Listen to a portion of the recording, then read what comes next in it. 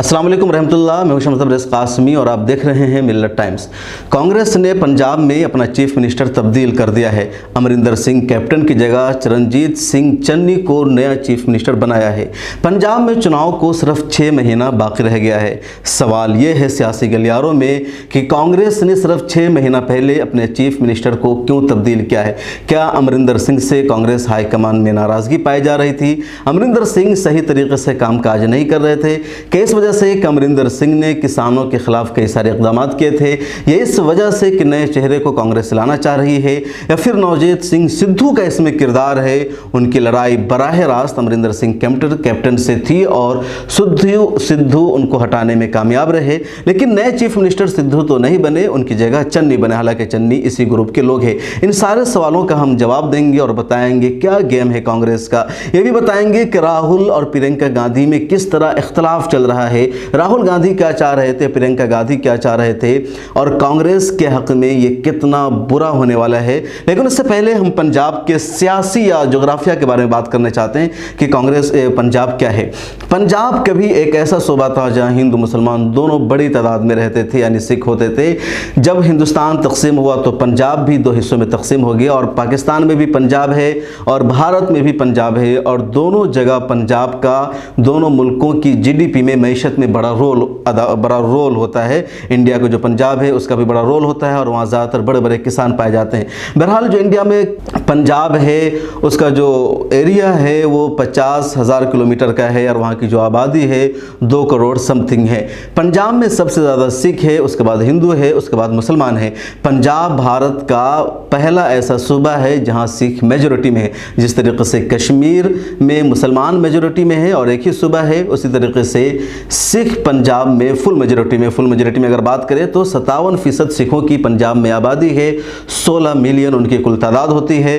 दूसरे नंबर पर पंजाब में हिंदुओं की आबादी है। हिंदुओं की कुल आबादी 38% है, जो 10 मिलियन होता है। तीसरे नंबर पर पंजाब में मुसलमानों की आबादी है जो 5 लाख समथिंग है, यानी 2% कुल उसका है, और 1% सिखों ईसाइयों की भी पंजाब में आबादी है। तो कुल मजहबी तौर पर पंजाब की आबादी का जोग्राफिया है, पॉपुलेशन की तादाद है। पंजाब में कुल 23 अजला है। इन 23 अजला में से 17 ज़िला ऐसे हैं जहां सिखों की अक्सरियत है, उसके बाद 5 ज़िला ऐसे हैं जहां हिंदुओं की अक्सरियत है, और सिर्फ 1 ज़िला ऐसा है जहां मुसलमानों की अक्सरियत है, और वो ज़िला है मालेर कोटला। इससे पहले भी आप कई मरतबा इसका नाम सुन चुके हैं। पंजाब में 117 विधानसभा के हल्के हैं और 13 लोकसभा के हल्के हैं, और 7 राज्यसभा भी वहाँ से चुने जाते हैं। सिखों में आपने सुना होगा कि वहाँ दलित भी होते हैं। उमूमन लोग यही जानते हैं कि सिख मतलब सिख, उनके दरमियान जात नहीं, कास्ट नहीं, लेकिन ऐसा नहीं है। सिखों में बिरादरी पाई जाती है, और सिखों में कुछ सिख दलित होते हैं, कुछ जाट होते हैं, कुछ दूसरी बिरादरी के भी होते हैं। सिखों में या पंजाब में जो ज़्यादातर जिनका गलबा है माशी तौर पर, सियासी तौर पर, समाजी तौर पर, वो जाट सिख, जो जाट नस्ल के सिख है उनका वहाँ गलबा होता है। लेकिन 32% पंजाब में उन सिखों की भी आबादी है जो दलित कहलाते हैं, और आज तक पंजाब में किसी भी दलित को चीफ मिनिस्टर बनने का मौका नहीं मिला। कांग्रेस ने पहली मर्तबा किसी भी दलित सिख को चीफ मिनिस्टर बनाया है, और ये चरणजीत सिंह चन्नी उसी दलित कम्युनिटी से ताल्लुक़ रखते हैं जो चीफ मिनिस्टर बने हैं।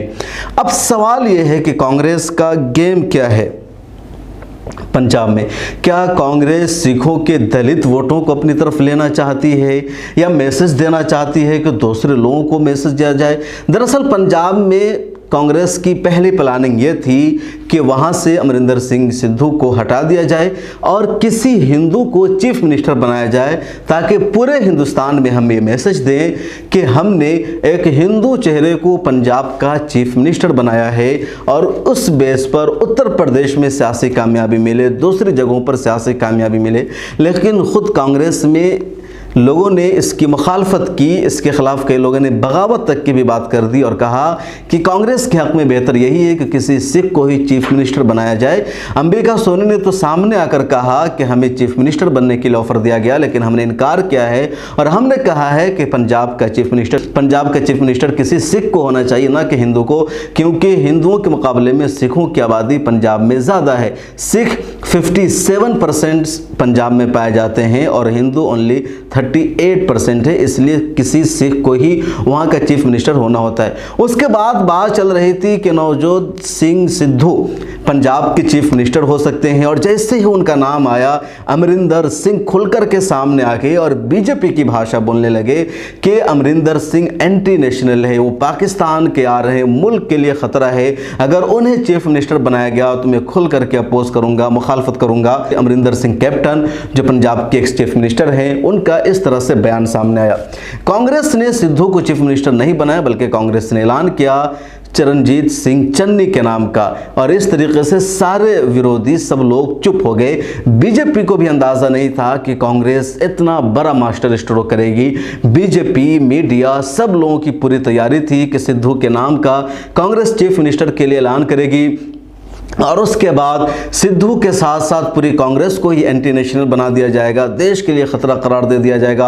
और कैप्टन ने तो पहले ही सबको मवाद दे दिया था, लेकिन कांग्रेस ने यहाँ पर अक्लमंदी से काम किया, बारीकबीनी से काम लिया और एक दलित सिख को चीफ मिनिस्टर बना दिया। कांग्रेस ने देश की मीडिया को भी एक तरह से खामोश कर दिया, बीजेपी को भी बोलने का मौका नहीं दिया, और दलित वोटों को भी अपनी तरफ, यानी सिखों का जो दलित वोट है उसको तरफ राग़िब करने का एक मंसूबा जो था उनका, उसमें कांग्रेस एक तरह से कामयाब देखी। अब सवाल यह है कि अगली मर्तबा, यानी जो अब 6 महीने के बाद चुनाव होने वाला है, तो उसमें कांग्रेस कितना कामयाब होगी? क्या दलितों की वजह से या दलित चीफ मिनिस्टर बनाने की वजह से उसे वोट मिल जाएंगे? इतना आसान नहीं होगा, क्योंकि इन्हें कई वादे पूरे करने हैं। कैप्टन ने वादा किया था कि हर एक फैमिली के एक सदस्य को सरकारी जॉब दी जाएगी। इसके अलावा इनका वादा था सड़कों का काम होगा, एजुकेशन का काम होगा, किसानों के कर्जे माफ़ किए जाएंगे, और सबसे बड़ा वादा कि हर एक फैमिली के एक मेंबर को सरकारी नौकरी दी जाएगी। कैप्टन ने अभी तक इस वादे को पूरा नहीं किया।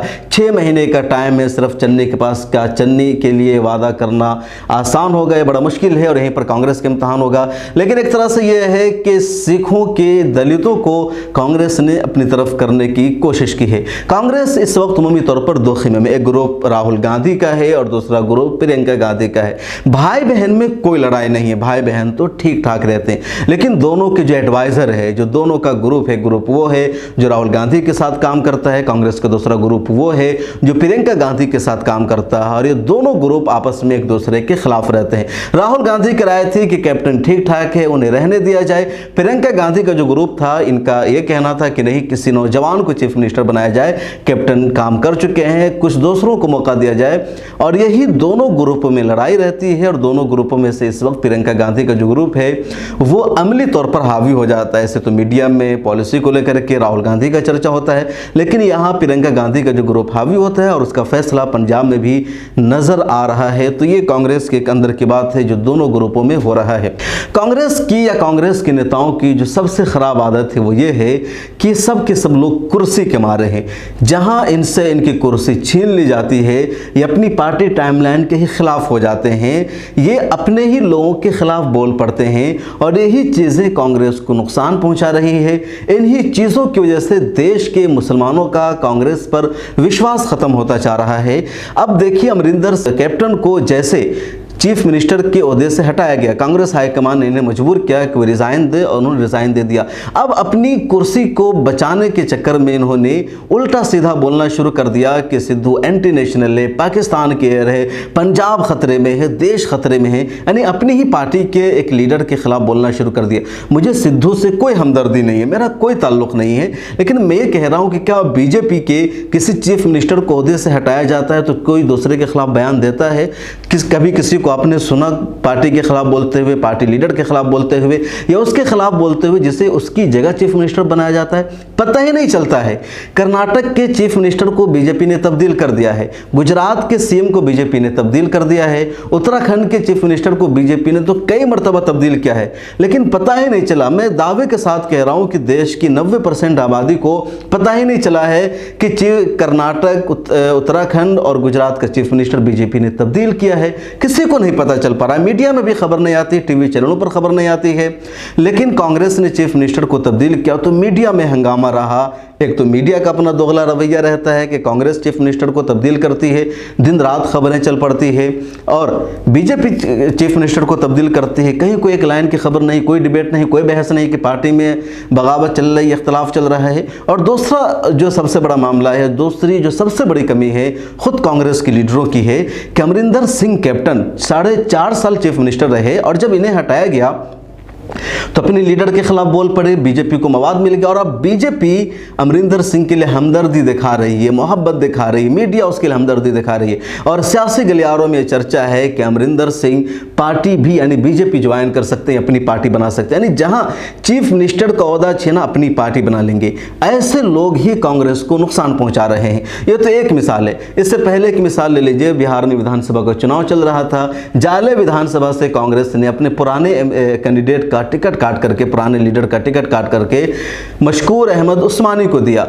अब मशकूर उस्मानी की सबसे ज़्यादा मुखालफत बीजेपी के लोगों ने वहाँ नहीं की, बल्कि कांग्रेस के लीडर ने की, कांग्रेसियों ने की, और इसकी वजह यह हुआ कि पहले के मुकाबले में मशकूर अहमद उस्मानी ने ज़्यादा वोट हासिल किया, इसके बावजूद जीत नहीं हो सके। हार किसकी हुई? कांग्रेस की हार हुई, और कांग्रेस को कांग्रेस के लोगों ने हराया। इससे पहले सिंधिया का रोल आपको पता है कि सिंधिया को जैसे ही कांग्रेस ने राज्यसभा की सीट नहीं दी, सिंधिया ने पल्ला झाड़ लिया कांग्रेस से और बीजेपी को ज्वाइन कर लिया। वहाँ मिनिस्टर भी बने, राज्यसभा के एमपी भी बन गए। राजस्थान में अशोक गहलोत को देखिए, जब भी बात आती है कि सचिन पायलट को चीफ मिनिस्टर बना दिया जाए, अशोक गहलोत बागियाना तेवर अपना लेते हैं। कांग्रेस की सबसे बड़ी प्रॉब्लम यह है कि उसके यहाँ जो लोग हैं वो कुर्सी के लिए हैं, सत्ता के लिए है। कांग्रेस की जो पॉलिसी है, कांग्रेस की जो विचारधारा है, राहुल गांधी बार बार जिस विचारधारा की बात करते हैं, कोई उनका लीडर उसको फॉलो नहीं करता है। बीजेपी में इस वक्त जितने एमपीज मौजूद हैं, बीजेपी के एमपीज में 35% एमपी वो हैं जो कांग्रेस से आए हुए, यानी पहले कांग्रेस में थे अब बीजेपी है, तो बीजेपी के 35% एमपीज कांग्रेस में पहले एमपी रह चुके हैं। तो गोया कांग्रेस के लोगों को की कोई विचारधारा नहीं है, वो जब चाहते हैं सत्ता के लिए इधर से उधर हो जाते हैं, और इसलिए मुसलमानों का कांग्रेस पर से विश्वास उठता जा रहा है। तो कांग्रेस को अपने अंदर झांकने की ज़रूरत है, अपनी इस्लाह करने की ज़रूरत है। बीजेपी या मीडिया या मुसलमानों को दोष देने के बजाय कांग्रेस को खुद अपना जायज़ा लेना चाहिए, अपनी लीडरशिप को मजबूत करना चाहिए, अपने लोगों पर भरोसा करना चाहिए, तभी कांग्रेस कुछ भारत में कर सकती है, वरना कांग्रेस और डूबती जाएगी। कांग्रेस का बाहर निकलना और मुश्किल है। कांग्रेस को अब सिर्फ चैलेंज बीजेपी से नहीं बल्कि आम आदमी पार्टी से भी है। जहां जहां कांग्रेस मजबूत है वहां आम आदमी पार्टी भी उसका मुकाबला करती है। पंजाब में कांग्रेस थी, वहां आम आदमी पार्टी भी आगे आगे चल रही है। बीजेपी ने अपने कई चीफ मिनिस्टर को तब्दील किया, अरविंद केजरीवाल ने कुछ नहीं बोला। जब कांग्रेस ने अपने चीफ मिनिस्टर को तब्दील किया, अरविंद केजरीवाल ने अपने पर्सनल पेज पर और आम आदमी पार्टी का जो पेज है उस पर भी एक पोस्टर शेयर किया कि हम राजनीति बदलते हैं और बीजेपी कांग्रेस चीफ मिनिस्टर बदलती है। तो कांग्रेस के लिए चैलेंजेस बढ़ते जा रहे हैं। हमारे साथ आज के खबर दर खबर में इतना ही तजिया। आप इस बारे में क्या सोचते हैं, आपकी क्या राय है, कमेंट सेक्शन में ज़रूर लिखिए। मिल्लत टाइम्स को अगर यूट्यूब पर देख रहे हैं तो सब्सक्राइब कीजिए, फेसबुक पर लाइक कीजिए, और मिल्लत टाइम्स के ऐप को गूगल प्ले स्टोर से ज़रूर डाउनलोड कर लीजिए, जहां एक क्लिक पर आप हमारी खबरें पढ़ सकते हैं, हमारी वीडियोज़ देख सकते हैं, हमारे साथ हर तरह से आप वहाँ जुड़ सकते हैं। मिल्लत टाइम्स को आपकी ज़रूरत है, हमारी आप माली मदद करें। हर महीने सिर्फ 100 रुपये और 1 साल के लिए एक साथ सिर्फ 1000 रुपये। रकम भेजने के लिए यहाँ दिए गए फ़ोन पे, गूगल पे और पेटीएम नंबर का इस्तेमाल कर सकते हैं।